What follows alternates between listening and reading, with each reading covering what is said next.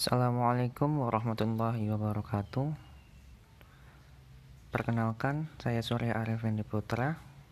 Di sini saya akan menjelaskan materi tentang respon tubuh terhadap cedera, tantangan imunologik, dan agen menular. Dengan dosen pengampu, Ibu Anissa Mulia Anasis, SSI M Biomed. Reaksi peradangan. Peradangan merupakan reaksi vaskular yang hasilnya merupakan pengiriman cairan, zat-zat terlarut dan sel dari sirkulasi darah ke jaringan-jaringan interstisal pada daerah cedera atau nekrosis. Peradangan merupakan gejala yang menguntungkan bagi tubuh. Peradangan sebagai suatu pertahanan di mana hasil dari proses peradangan adalah netralisasi dan pembuangan agen penyerang, penghancuran jaringan nekrosis, dan pembentukan keadaan yang dibutuhkan untuk pemulihan. Tanda pokok peradangan. Yang pertama, rubor atau kemerahan, merupakan hal pertama yang terlihat di daerah peradangan. Saat reaksi peradangan, arteriol yang mensuplai daerah tersebut melebar sehingga lebih banyak darah mengalir ke mikrosirkulasi lokal kapiler yang sebelumnya kosong atau terisi sebagian dengan cepat akan terisi penuh dengan darah. Yang kedua ada kalor atau panas. Daerah peradangan pada kulit menjadi lebih panas dari sekelilingnya karena darah yang disalurkan tubuh ke permukaan daerah yang mengalami peradangan lebih banyak daripada daerah yang normal. Yang ketiga, dolor atau nyeri. Dolor merupakan rasa sakit akibat dari proses peradangan.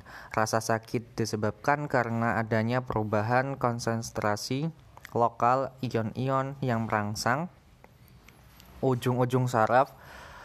Penyebab lain yaitu pengeluaran zat kimia seperti histamin yang juga merangsang saraf-saraf. Pembekakan jaringan yang mengalami peradangan menyebabkan peningkatan tekanan lokal sehingga menimbulkan rasa sakit. Yang keempat, tumor atau pembengkakan. Pembengkakan timbul karena pengiriman cairan dari sel-sel dari sirkulasi darah ke jaringan-jaringan interstisial. Campuran dari cairan dan sel yang tertimbun di daerah peradangan disebut eksudat. Yang selanjutnya fungsiolesa atau perubahan fungsi. Perubahan fungsi yang terjadi karena adanya pembengkakan, nyeri, sirkulasi abnormal, dan lingkungan kimiawi lokal yang abnormal. Materi selanjutnya leukosit. Leukosit atau WBC adalah sel darah putih yang diproduksi oleh jaringan hemopoietik yang berfungsi untuk membantu tubuh melawan berbagai penyakit infeksi sebagai bagian dari sistem kekebalan tubuh. Sel darah putih ini berfungsi untuk membantu tubuh melawan berbagai penyakit infeksi sebagai bagian dari sistem kekebalan tubuh. Sel darah putih tidak berwarna, memiliki inti, dapat bergerak secara amoeboid, dan dapat menembus dinding kapiler atau diapedesis. Nilai normal untuk jumlah leukosit dalam individu dewasa 4.000 sampai 10.000 mm persegi sel darah putih. Peran leukosit dalam proses peradangan. Jumlah tiap jenis leukosit yang bersirkulasi dalam darah perifer dibatasi dengan ketat, tetapi diubah sesuai kebutuhan jika timbul peradangan. Peran setiap jenis leukosit berbeda dalam proses peradangan.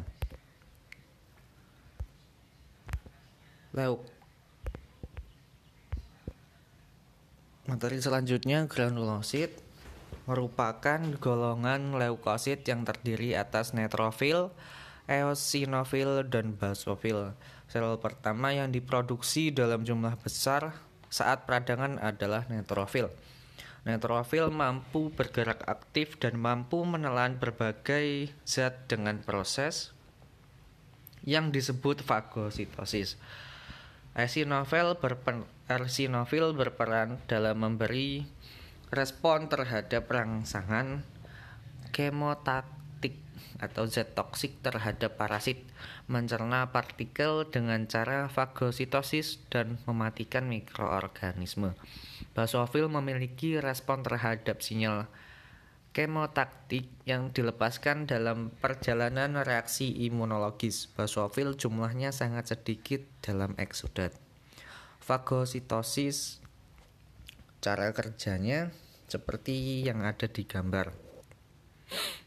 Jika sel fagositosis tersebut mengidentifikasi bahwa adanya bakteri, maka sel tersebut secara otomatis akan memakan bakteri tersebut.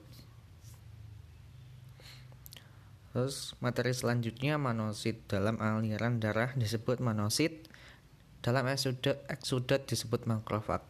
Fungsi makrofag sama dengan neutrofil, yaitu sel yang bergerak aktif memberikan respon terhadap rangsangan kemotaksis. Fagositosit aktif dan mampu mematikan serta mencerna berbagai agen. Perbedaan monosit dan neutrofil. Monosit atau makrofag mampu bertahan hingga 1 minggu dalam jaringan, mampu membelah dan mensintesis enzim intraselular. Untuk neutrofil berumur pendek kurang dari 1 minggu, tidak mampu melakukan pembelahan sel dan mensintesis enzim pencernaan. Limfosit terdapat dalam eksudat dalam jumlah yang sangat kecil tapi dalam waktu yang sangat lama. Fungsi limfosit berada dalam bidang imunologis. Proses penyembuhan luka. Luka adalah kerusakan atau terputusnya kontinuitas jaringan tubuh. Proses penyembuhan luka. Penyembuhan luka merupakan suatu proses pergantian jaringan yang mati atau rusak dengan jaringan baru dan sehat oleh tubuh dengan jalan regenerasi. Luka dikatakan sembuh apabila permukaannya dapat bersatu kembali dan dapat dipadatkan kekuatan jaringan yang mencapai normal. Penyembuhan luka primer merupakan jenis penyembuhan luka di mana pinggir luka saling didekatkan agar penyembuhan luka dapat terjadi. Misalnya pada luka insisi pembedahan, tepi luka dihubungkan oleh sedikit bekuan darah yang fibrinnya bekerja sebagai lem. Terjadi peradangan akut pada tepi luka, makrofag memasuki pembekuan darah dan memulai menghancurkan.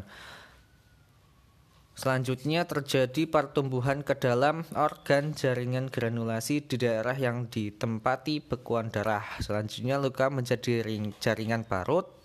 Terus selanjutnya epitel regenerasi menebal dan matang sehingga menyerupai kulit di dekatnya.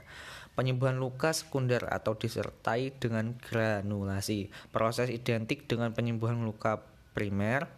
Perbedaan memiliki banyak granulasi yang terbentuk, proses lebih lama, dan jaringan parut yang lebih besar.